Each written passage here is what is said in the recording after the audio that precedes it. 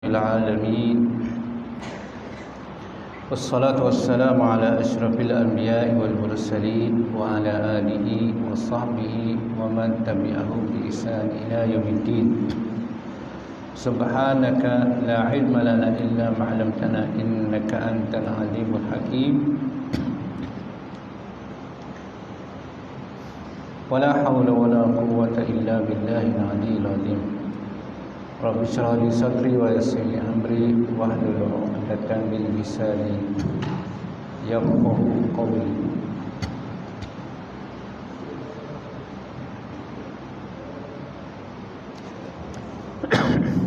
Alhamdulillah, kita masih lagi dalam bab al-ghasbu, rampasan, dan kita dah masuk hadis ke 119. Dan malam ni insya-Allah kita akan baca dua hadis. Tiga hadis. Hadis 119, 120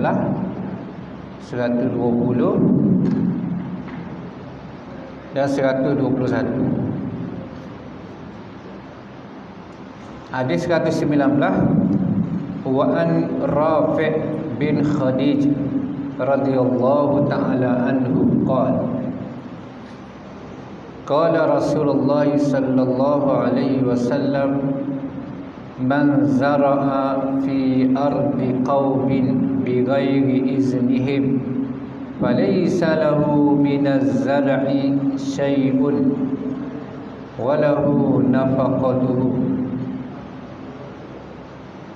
Rawahu Ahmad wal arba'ah illa an-Nasa'i wa hassanahu at-Tirmidzi.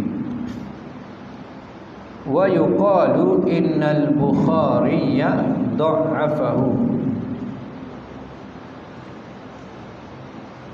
Kemudian hadis 120, wa an Urwah ibn Zubair radhiyallahu ta'ala anhu qala rajulun minas sahabati min ashabi Rasulillah sallallahu alaihi wasallam inna rajulaini ikhtasama ila Rasulillah sallallahu alaihi wasallam fi ardin gharasa ahaduhuma fiha nakhlan wal ardu lil akhar faqada Rasulullah sallallahu alaihi wasallam bil ardi li sahibiha wa amara sahiban nakhli an yukhrija nakhlahu wa qala laysa li'irkin zalimin haqqun.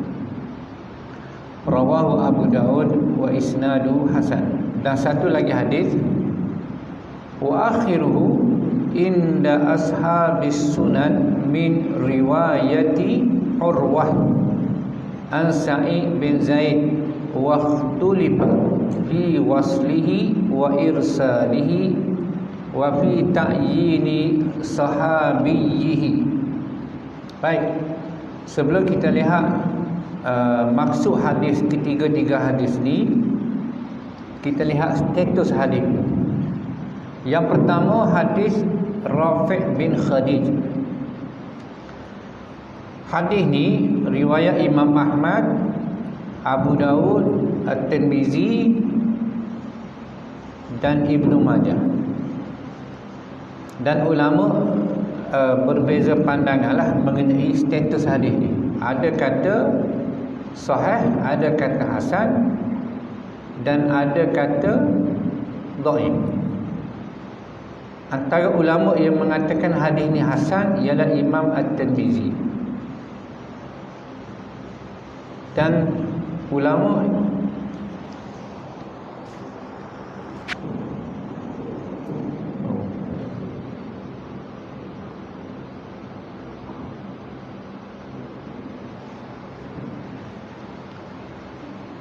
dan dikatakan Imam Bukhari mentad'ifkan hadis ini.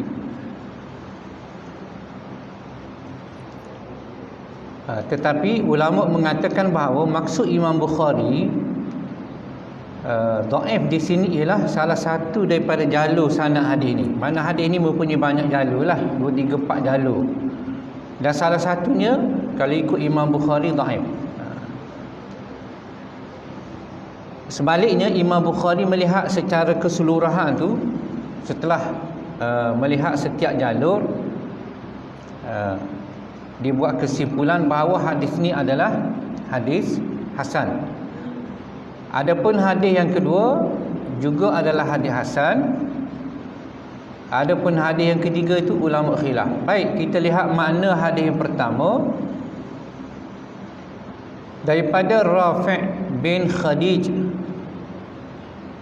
Rafi' bin Khadij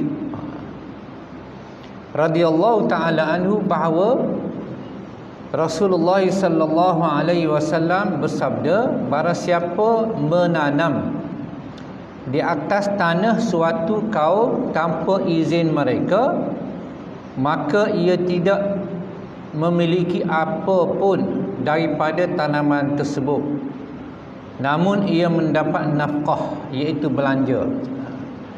Mana kalau seseorang tu tanah bercucuk tanamlah di tanah orang lain tanpa kebenaran dia, maka tanaman tersebut tu jadi hak tuan tanah,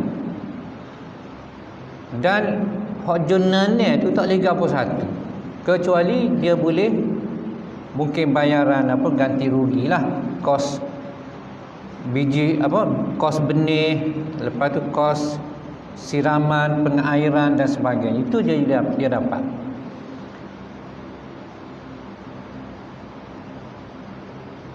Kemudian hadis yang kedua daripada Urwah ibn Az-Zubair.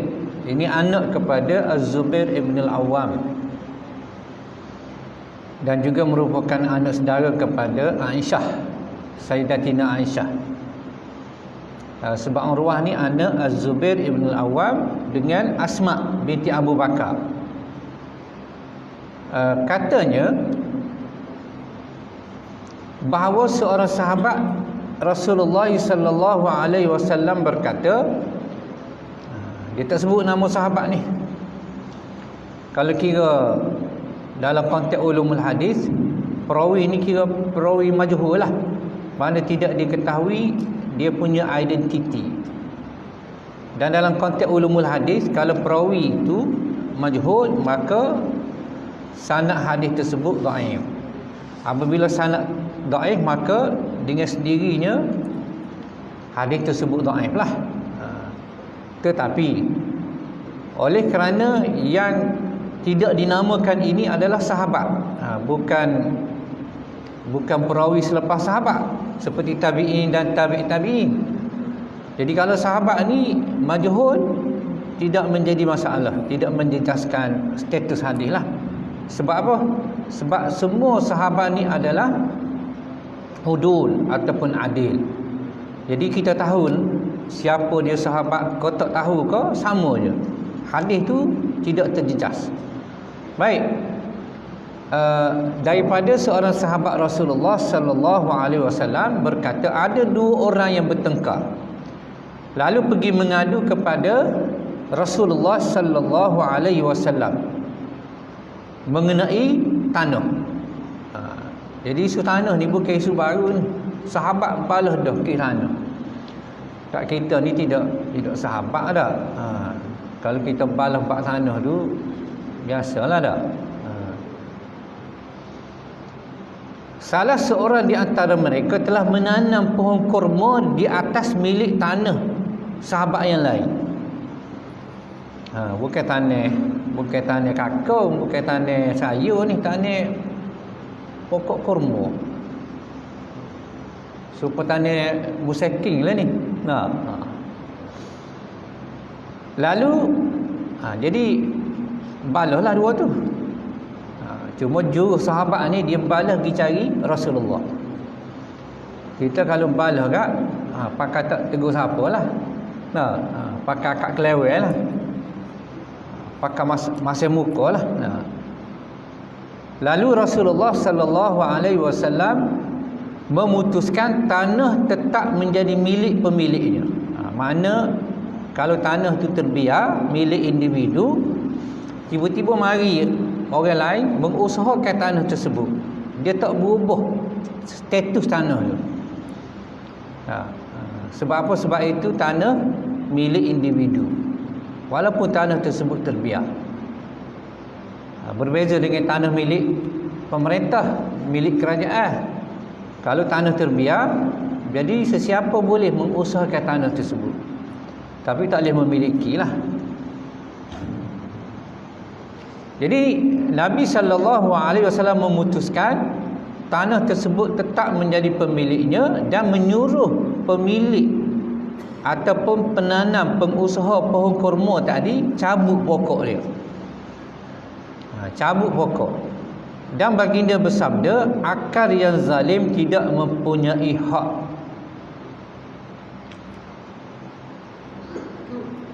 Nampak tak macam kontra hadis pertama dengan hadis kedua? Hadis pertama, tanaman itu milik pemilik tanah. Tapi hadis kedua tu, pokok kurma hak dia cabut tu jadi milik dia lah. Tapi tanah tu tetap menjadi milik pemilik tanah. Baik, kemudian hadis yang ketiga,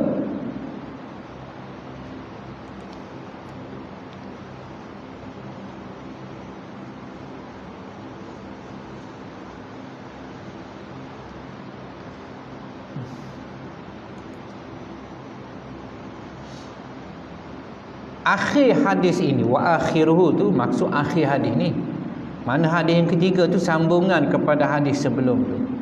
Menurut ashabus sunan, mana pengarang kitab-kitab sunan, Sunan Abu Daud, Sunan Nasa'i, Sunan Ibnu Majah, Sunan Tirmizi, semua tu riwayat hadis tersebut daripada Urwah.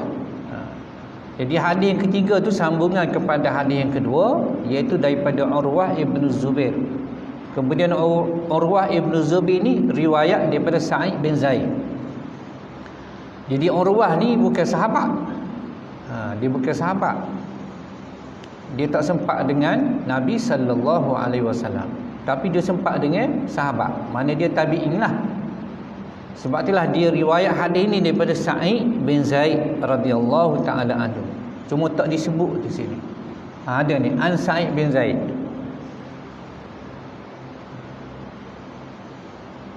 Jadi hadis yang nombor 2 tu dia tak sebut Urwah tu riwayat hadis daripada siapa. Tapi yang ketiga disebut Urwah riwayat hadis daripada Sa'id bin Zaid.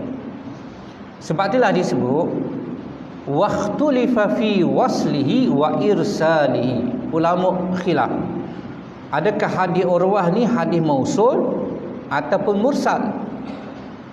Apa makna mursal? Mursal ni tabi'in riwayat hadis daripada Rasulullah.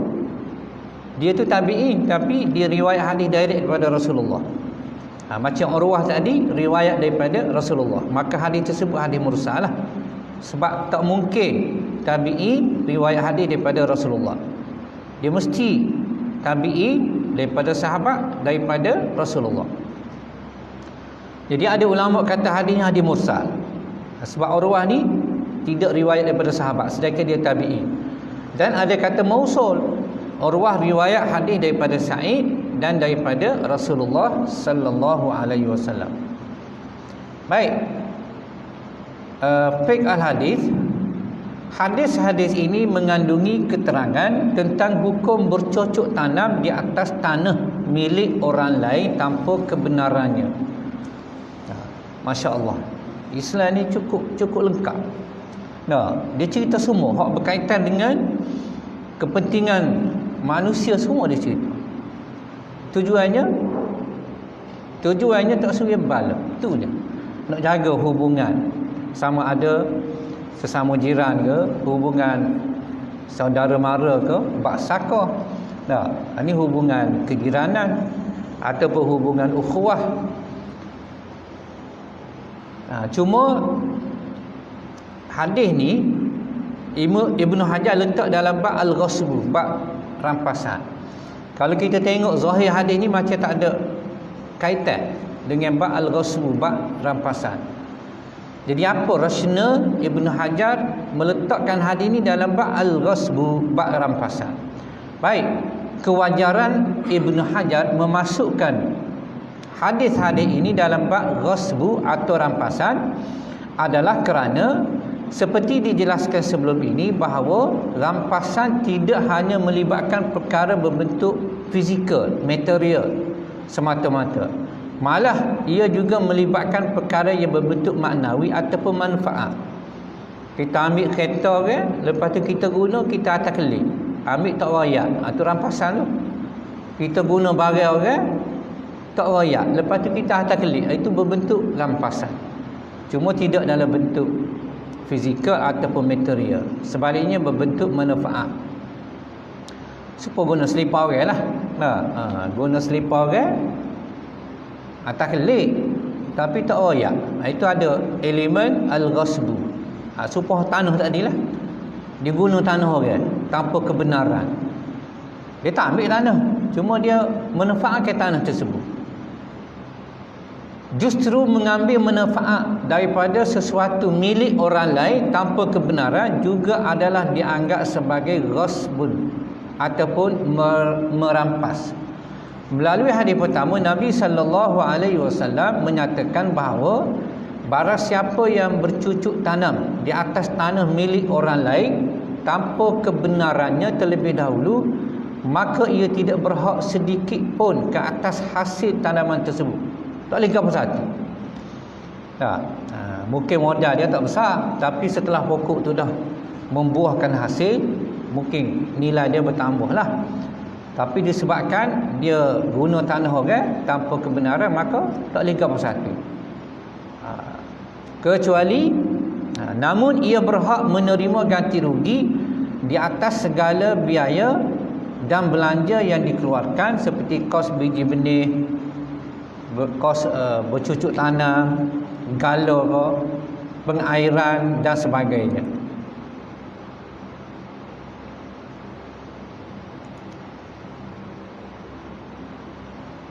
Baik, hadis ini disokong dengan hadis yang kedua. Hadis yang kedua. Di hujung hadis yang kedua tu Nabi sebut apa? Bukan keseluruhan hadis, tapi di hujung hadis kedua Nabi sebut laisa li'irkin zalimin haqqun. Apa maksud laisa li'irkin zalimin haqqun? Tidak ada hak bagi peluh yang zalim. Irkin itu mana peluh? Jadi kenapa diguna bahasa kiasan? Sebab orang yang mengusahakan tanah tu sudah pasti berpeluh lah. Habis itu kenapa dikatakan peluh yang zalim? Sebab dia mengusahakan tanah tanpa kebenaran. Maka seolah-olah peluh yang dikeluarkan itu adalah peluh yang zalim. Jadi peluh yang zalim ni tidak ada hak ke atas hasil tanaman tersebut. Jadi potongan akhir hadis yang kedua menyokong hadis pertama lah. Jadi orang yang mengusahakan tanah orang lain ni tak ada hak, tak boleh apa satu.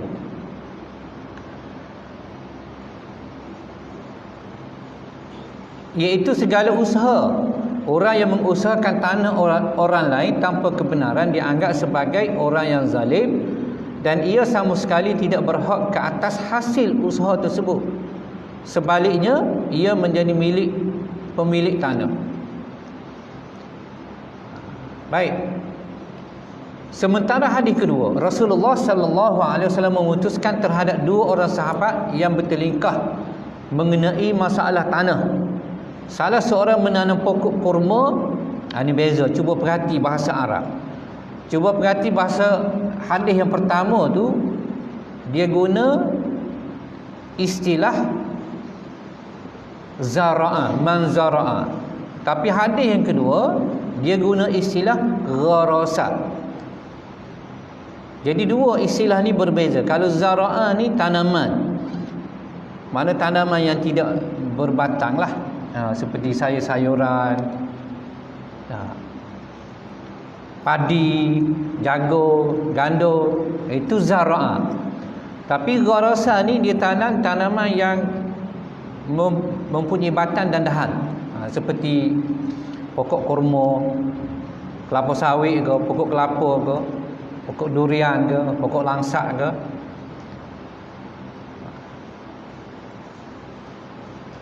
Jadi hadis kedua ni dia tanam pokok. Hak tadi ditanam macam sayuran lah. Dalam hadis yang kedua, Rasulullah sallallahu alaihi wasallam memutuskan terhadap dua orang sahabat yang bertelingkah mengenai masalah tanah. Salah seorang menanam pokok kurma di atas tanah milik saudaranya tanpa kebenarannya.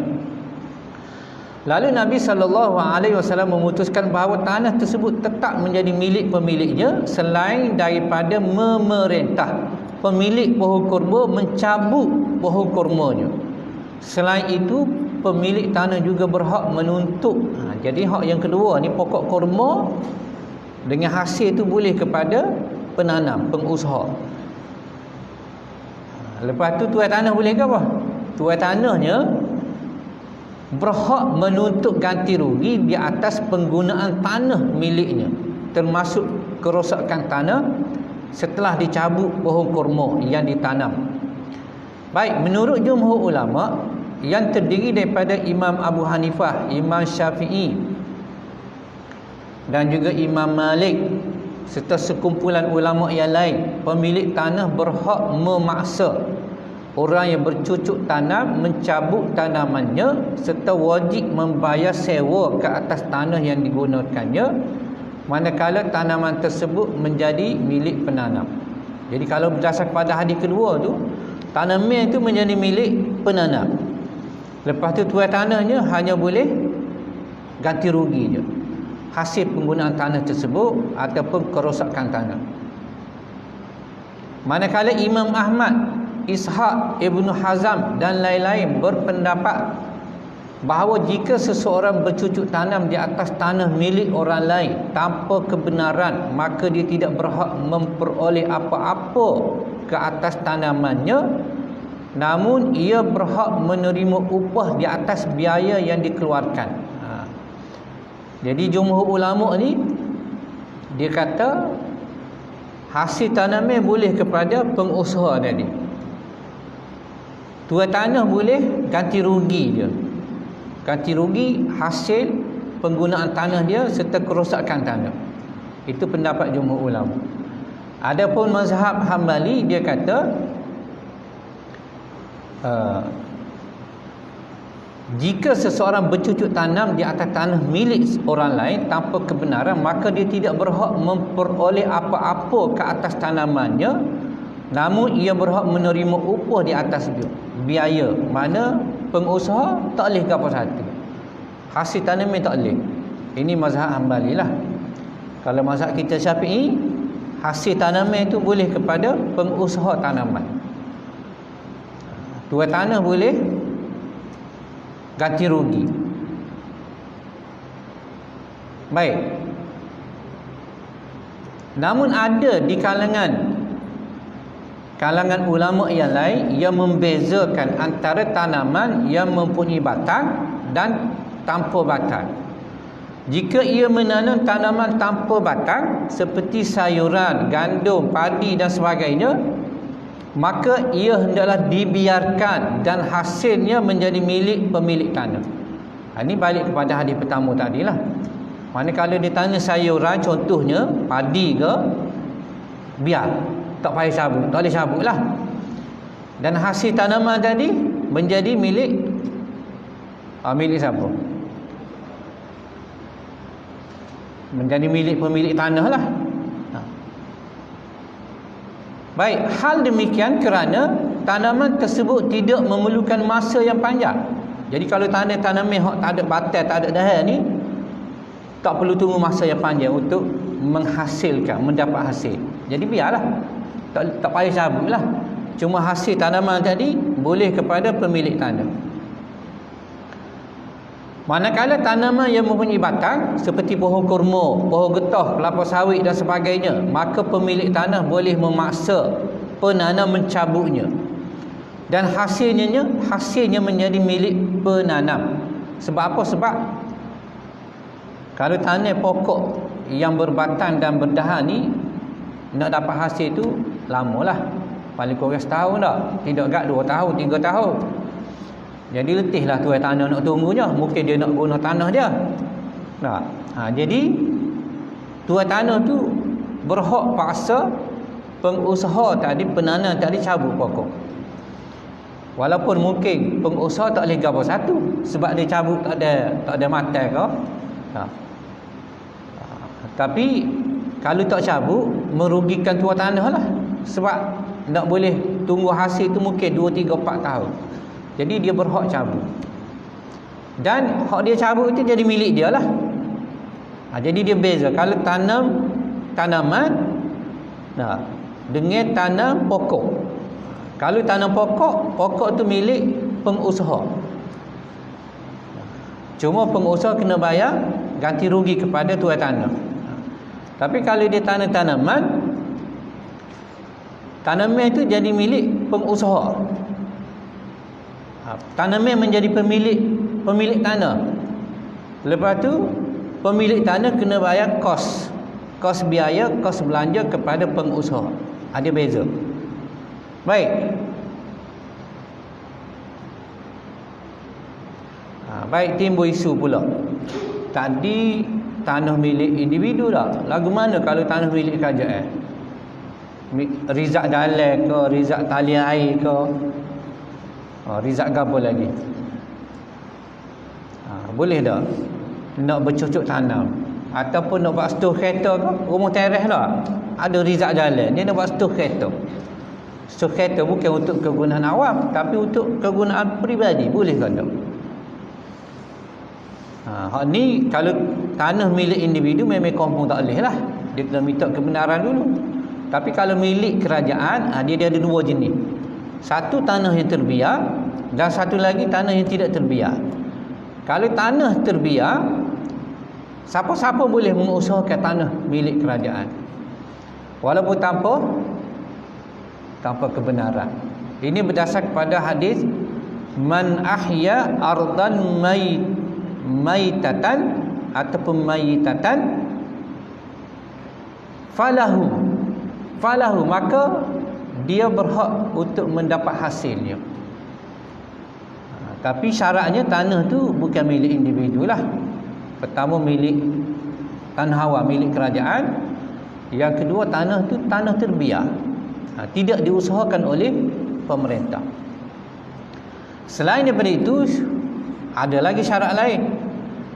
Kalau tanah kerajaan terbiar tapi ada larangan, dia tulis dilarang menceroboh tanah rizak, jalan ke rizak apa, tak boleh lah. Kalau buat gapo-gapo, tak kira lah bercucuk tanam ke, buat setuh kereta ke, maka hukum dia haram. Sebab apa? Sebab dah ada larangan. Baik, kalau tak ada larangan macam mana? Kalau tak ada larangan, boleh. Kita nak rizak tali air ke, contoh nak tanam, nak cucuk tanam ke, dan tak ada larangan, dan tanah itu terbiar, boleh. Tapi dengan syarat lah, tidak mengganggu. Contoh mengganggu lalu lintas ke, mengganggu laluan ke, blok orang lain ke, tak boleh. Kemudian syarat lainnya, apabila kerajaan nak ambil balik tanah tu, dia kena serah bila-bila masa. Dia kena serah bila-bila masa. Boleh? Mana kena bersedia lah. Kalau kerajaan nak ambil bila-bila masa, dia kena bersedia untuk serah balik tanah tersebut. Sebab tanah tu milik kerajaan. Cuma sementara kerajaan mengambil tanah tersebut ataupun mengusahakan tanah tersebut, maka siapa-siapa boleh berhak untuk mengusahakan tanah yang terbiar milik kerajaan. Baik, kesimpulan hadis yang pertama, ghasb ataupun merampas adalah diharamkan dalam perkara fizikal, sama ada dalam bentuk fizikal ataupun material, dan juga dalam bentuk manfaat. Kita tak ambil barang, cuma kita ambil guna, lepas tu kita atas kelik, itu pun hukum dia haram. Seperti kes tanah tadi. Begitu juga barang-barang lain lah, kita guna kereta ke, golok ke, parai dia tak royak. Itu ada elemen rampasan. Yang kedua, haram bercucuk tanam di atas tanah orang lain tanpa kebenaran pemiliknya. Yang ketiga, sesiapa yang bercucuk tanam di atas tanah orang lain tanpa kebenarannya, maka hasil tanamannya menjadi pemilik tanah. Menjadi pemilik tanah. Ini bergantung kepada perbezaan pandangan ulama lah. Kalau ikut jumhur ulama, tidak jadi pemilik tanah, tapi jadi hak pengusaha. Sebab apa? Sebab dia kata hadis yang pertama tu hadis dhaif. Jadi dia guna pakai hadis yang pertama, hak tanah pokok kurma, tuai tanah berhak suruh cabut, lepas tu pokok tu jadi milik pengusaha, bukan milik pemilik tanah. Adapun hadis yang pertama tu, dia tanah orang lain. Lepas tu hasil tu jadi milik dia, tapi tanah tu tetap jadi milik. Hasil jadi pemilik tanah. Hasil jadi pemilik tanah, dan pemilik tanah kena bayar kos kepada pengusaha atau penanam tadi. Baik, kemudian yang kelima, harus bagi pemilik tanah memaksa orang yang bercucuk tanam di atas tanahnya tanpa kebenarannya. Dia paksa suruh cabut mula, suruh kubah mula. Jadi tak boleh nak marah ke dia lah, tak boleh nak kata ke dia zalim. Sebab kita yang salah, tanah tak minta kebenaran. Kalau musyrikin lah, cabutlah. Kemudian yang keenam, pemilik tanah juga berhak menuntut ganti rugi di atas penggunaan atau kerosakan tanahnya. Dan yang ketujuh, anjuran merujuk kepada mereka yang lebih berotoriti dalam hukum hakam apabila berlaku pertelikahan. Ini boleh dijadikan panduan kepada kita lah. Sahabat ni kalau dia berselisih, dia tidak baloh lah, tak bertegang urat. Dia rujuk kepada Rasulullah sallallahu alaihi wasallam. Dan ini selari dengan firman Allah Subhanahu wa taala, fa in tanaza'tum fi syai'in farudduhu ila Allah war Rasul. Mudah, simple je kaedah. Kalau kamu berselisih fi syai'in, pada apa sahaja, bukan soal ibadat sahaja, bahkan soal urusan duniawi, bab tanah, ini urusan duniawi, bukan urusan ibadat, pun rujuk kepada Rasulullah. Apatah lagi urusan ukhrawi, urusan agama, urusan ibadat. Tapi kita kalau dah pergi satu pendapat tu, walaupun pendapat melibatkan persoalan akidah ataupun persoalan ibadat, kita pergi pendapat tu. Walaupun kita tunjuk hadis ke, kita bawa hadis ke, dia tetap pergi pendapat dia. Hak ni kita lama dah buat amal. Jadi nak ubah mana? Baik. Kemudian hadis yang berikutnya. An Abi Bakrah radhiyallahu taala anhu anna an-nabiy sallallahu alaihi wasallam qala fi khutbatihi yauman nahri bi Mina, inna dima'akum wa amwalakum wa a'radakum alaikum haramun ka hurmati yaumikum hadha fi baladikum hadha fi syahrikum hadha. Hadis sahih muttafaq alaih, riwayat Al-Bukhari dan juga Imam Muslim. Baik, hadis ini sebenarnya panjang. Ia merupakan sebahagian daripada khutbah wada' Nabi sallallahu alaihi wasallam semasa haji wada' Nabi sallallahu alaihi wasallam. Dan khutbah ini disampai di Mina. Bukan khutbah Arafah ni, khutbah di Mina, iaitu Yaumun Nahar. Yaumun Nahar. Jadi 10 Zulhijjah yang kita baru ni, istimewa, salah satunya sebab ada Yaumun Nahar selain daripada Yaum Arafah. Yaum Arafah ni hari ke-9 Zulhijjah. Kemudian Yaumun Nahar. Yaumun Nahar hari ke-10 Zulhijjah. Dan sebelum tu, sebelum hari wukuf, dinamakan Yaum At-Tarwiyah, iaitu pada hari ke-8 Hijrah. Dan maksud hadis ini daripada Abu Bakrah radhiyallahu taala anhu, bahawasanya Nabi sallallahu alaihi wasallam bersabda dalam khutbah hari raya Korban di Mina. Jadi banyak khutbah Nabi ni. Khutbah hari wukuf pada hari ke-9 Zulhijjah di padang Arafah. Begitu juga khutbah di Mina pada hari Yaumun Nahar, iaitu hari penyembelihan, ataupun bagi kita Yaumul Aid, Aidil Adha.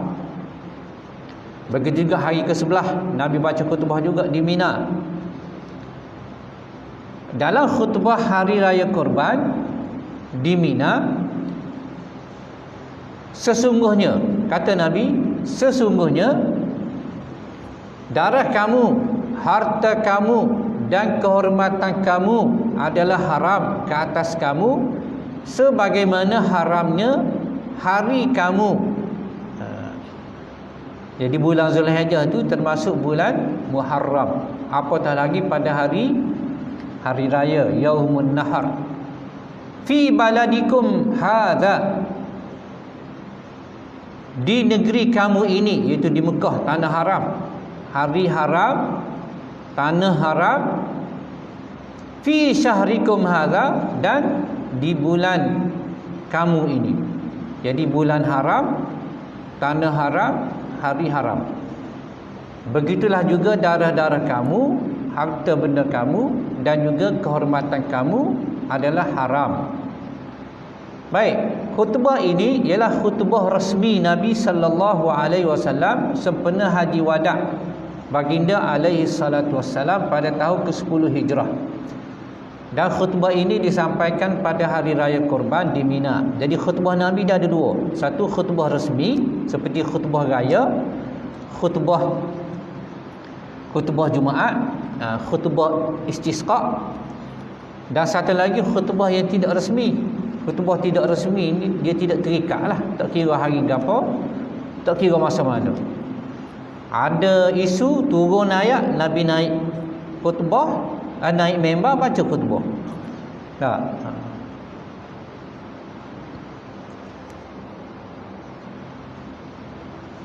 Baik. Hadis ini merupakan sebahagian daripada khutbah panjang Nabi sallallahu alaihi wasallam yang disampaikan pada hari raya Korban sempena haji wada' pada tahun ke-10. Dan khutbah adalah salah satu medium dakwah Nabi sallallahu alaihi wasallam, sama ada khutbah rasmi seperti khutbah Jumaat dan juga khutbah yang tidak rasmi. Sempena haji wada' Nabi sallallahu alaihi wasallam terdapat 3 khutbah yang disampaikan oleh Nabi. Pertama, khutbah hari wukuf, iaitu pada hari ke-9 Zulhijjah. Yang kedua, khutbah hari raya Korban di Mina. Dan yang ketiga, khutbah pada pertengahan hari Tasyrik juga di Mina. 3 khutbah Nabi sapa sempena haji wada' Nabi. Hari wukuf, hari raya Korban, Aidil Adha 10 Zulhijjah, dan juga pertengahan hari Tasyrik. Hadis ini adalah sebahagian khutbah Nabi yang panjang. Kewajaran Ibn Hajar memuatkan hadis ini dalam bab ghasbun adalah kerana merampas melibatkan semua perkara dan benda yang mempunyai nilai, sama ada berupa material dan fizikal seperti harta benda ataupun berupa maknawi seperti nyawa dan kehormatan. Hadis ini mengandungi beberapa nasihat dan pesanan Nabi sallallahu alaihi wasallam yang melibatkan hukum hakam dalam syariat Islam. Justru ia disampaikan dalam satu perhimpunan yang besar yang dikatakan dihadiri oleh 100,000 orang sahabat. Haji wada' ni dikatakan Jumlah sahabat kesemuanya melebihi 100,000, ada kata 120,000. Antaranya Nabi SAW menyatakan bahawa darah, harta, kehormatan manusia adalah haram daripada diceroboh dan dizalimi. Menceroboh di sini boleh ditafsir dengan pelbagai bentuk kezaliman dan penindasan yang melibatkan harta benda, darah, nyawa, kehormatan dan maruah diri. Misalnya, seseorang dilarang daripada memakan harta saudaranya secara batil, sama ada dengan mencuri, merompak, merampas, menipu dan sebagainya. Begitu juga larangan ke atas darah dan nyawa manusia seperti membunuh, mencedera, melukai dan sebagainya. Sementara larangan ke atas kehormatan seperti mencabul, memfitnah, mencaci, mengaib, mengumpat, mengata, mengacung dan sebagainya, itu termasuk merampas hak manusia dari segi kehormatan dia. Hari ini kita lihat kehormatan diri manusia telah menjadi mainan hanya kerana perbezaan ideologi, perbezaan pandangan, perbezaan mazhab atau kesilapan kecil dan sebagainya, terus dijatuhkan hukuman, kemudian dihebohkan, diviralkan, terutama melalui media sosial tanpa mengambil kira perasaan dan maruah mereka. Bagi menunjukkan ketegasan larangan ini, Nabi SAW menyamakan pengharaman perbuatan tersebut dengan pengharaman hari raya Korban dan pengharaman bulan-bulan Muharram yang 4 tu, termasuk bulan Zulhijjah, serta pengharaman tanah haram Mekah, di mana pada hari tersebut dan bulan-bulan Muharram serta di tanah haram diharamkan sama sekali berperang kecuali bertujuan mempertahankan diri. Ia tidak bermakna diharuskan berperang selain daripada bulan Muharram dan tanah haram. Sebaliknya, ia tetap diharamkan di mana-mana dan bila-bila masa. Tetapi pada bulan Muharram dan di tanah haram, larangannya lebih-lebih lagi, di mana dosa yang dilakukan pada bulan Muharram dan di tanah haram akan berlipat kali ganda. Pengharaman ini telah disepakati oleh ulama selain daripada sabit melalui Quran, hadis, dan ia merupakan dosa besar kecuali jika pembunuhan dilakukan dengan hak. Justru Islam datang selain untuk menjaga agama dan akal, juga untuk menjaga nyawa, harta dan keturunan, termasuk kehormatan diri yang merupakan perkara daruriyat dalam kehidupan manusia. Baik, kesimpulan hadis ini, yang pertama, haram menumpah darah sesama manusia kecuali dengan hak seperti qisas dan sebagainya. Yang kedua, haram menceroboh dan merampas harta benda orang lain tanpa hak. Yang ketiga, haram mencabul dan mencemar kehormatan seseorang tanpa hak. Yang keempat, keagungan dan kemuliaan nyawa, darah, harta dan kehormatan manusia. Yang kelima, keagungan dan kemuliaan bulan-bulan Muharram dan tanah haram Mekah. Yang keenam, Islam datang untuk menjaga dan memelihara agama, akal, nyawa, harta dan keturunan. Yang ketujuh, keprihatinan Nabi SAW dalam menyampaikan hukum syariat. Dan yang ke-8, anjuran berkhutbah pada hari raya Korban. Tama-tama lah ni jenis hak lukis kata, buat gambar tubuh orang lain, tapi kita guna sebagai apa? Sebagai emoji ke? Nah, bubuh gambar betul tubuh orang lain. Kalau gambar molek tak apa, gambar tak molek. Walaupun tujuan kita molek nak buat bagus, tapi muka pemimpin contoh, itu termasuk mencabut kehormatan, merendahkan kehormatan diri dia. Kita kalau orang guna gambar kita marah tak? Tak pasal-pasal, walaupun untuk tujuan yang baik. Kita berhenti hadis ini. Wallahu a'lam. Sallallahu ala Muhammad wa ala alihi wa sahbihi wasallam. Subhanakallahumma wa bihamdika asyhadu an la ilaha illa anta astaghfiruka wa atubu ilaik.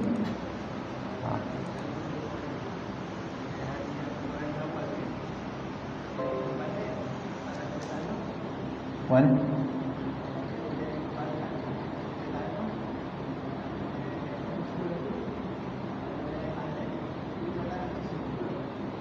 Dua tanah setuju. Tua tanah tak setuju. Ha?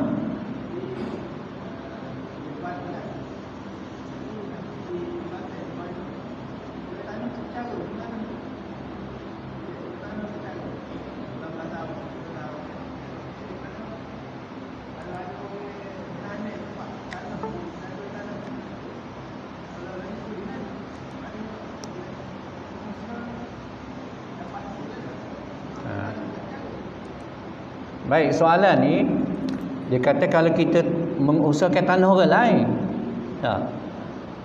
sebab dia tak cara tanah. Dia tahu kita tanah tak cara juga. Dia wadak juga. Dia tak kata apa. Kawan, kau dia tak tahu.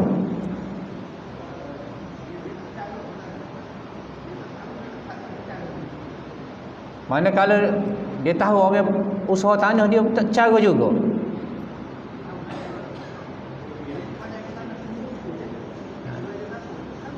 Cuma berdasar kepada zahir hadis ni, kebenaran tu tetap perlu.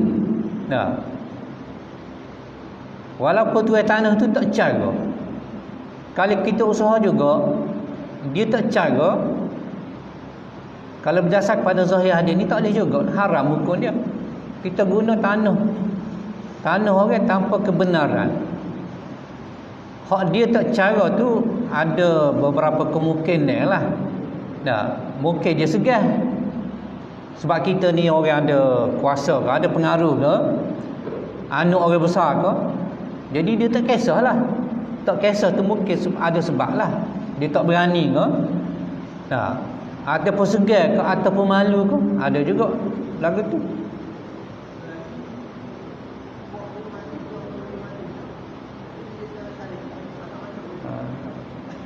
Kalau dia tak tahu tanah dia tu lain cerita lah. Dia tak tahu tanah dia, kita usaha tanah pun tak tahu tanah dia. Jadi kita rasa tak ada tuai lah. Jadi apabila tak ada tuai, tanah ni lalah mana ni dua je, sama ada milik individu ataupun milik kerajaan.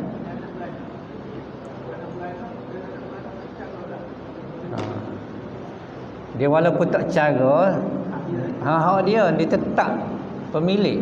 Jadi tetap kita kena minta izin. Jadi tanah ni ada dua, satu milik individu, satu milik kerajaan.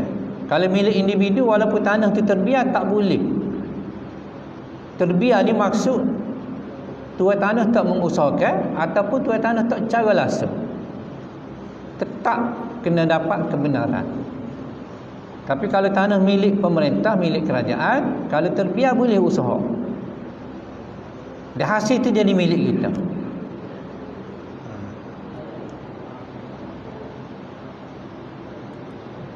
Wallahu a'lam. Sallallahu alaihi Muhammad wa ala alihi wasallam.